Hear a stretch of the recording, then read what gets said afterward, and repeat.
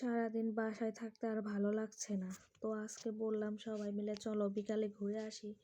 তো আমি, আমার ছেলে, আমার মেয়ে, আমার শাশুড়ি সবাই মিলে ঘুরতে বেরোইছিলাম। তো বেশি দূরে তো আর যাওয়া সম্ভব না, যেহেতু সাথে ছোট বাচ্চা আছে। তো দুপুরের দিকে বেরোয় গেছি, দুপুরের পর দিয়ে।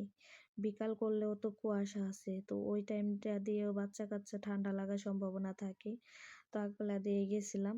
তো ছেলে আবার আবদার করছিল, এর কারণে গেছিলাম। তো আমাদের বাসা থেকে বেশি দূরে না, ডালিপাড়া ব্রিজ একটু সাইডেই। চান্দর ডালিপাড়া ব্রিজ, ওই যে চান্দর নদী দেখা যায়। আমাদের বাসা থেকে গাড়িতে উঠলে 4-5 মিনিট লাগে।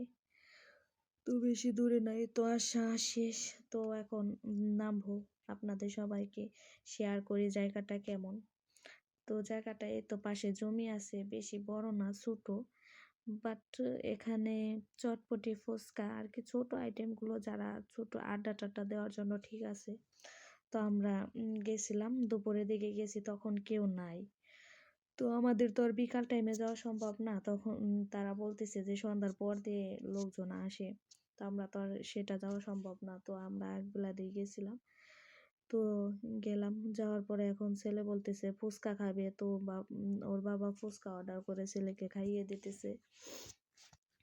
এখন আবার ছেলে ওখান থেকে দেখে বিভিন্ন আইটেম দেখে বলতেছে যে বাবা তাহলে আমি বার্গার খাবো। তো বার্গারও ছেলের জন্য অর্ডার করা হয়েছিল, আবার বলতেছে চিকেন খাবো। তো আজকে ছেলে যা যা আবদার করছে সবই রাখা হয়েছে।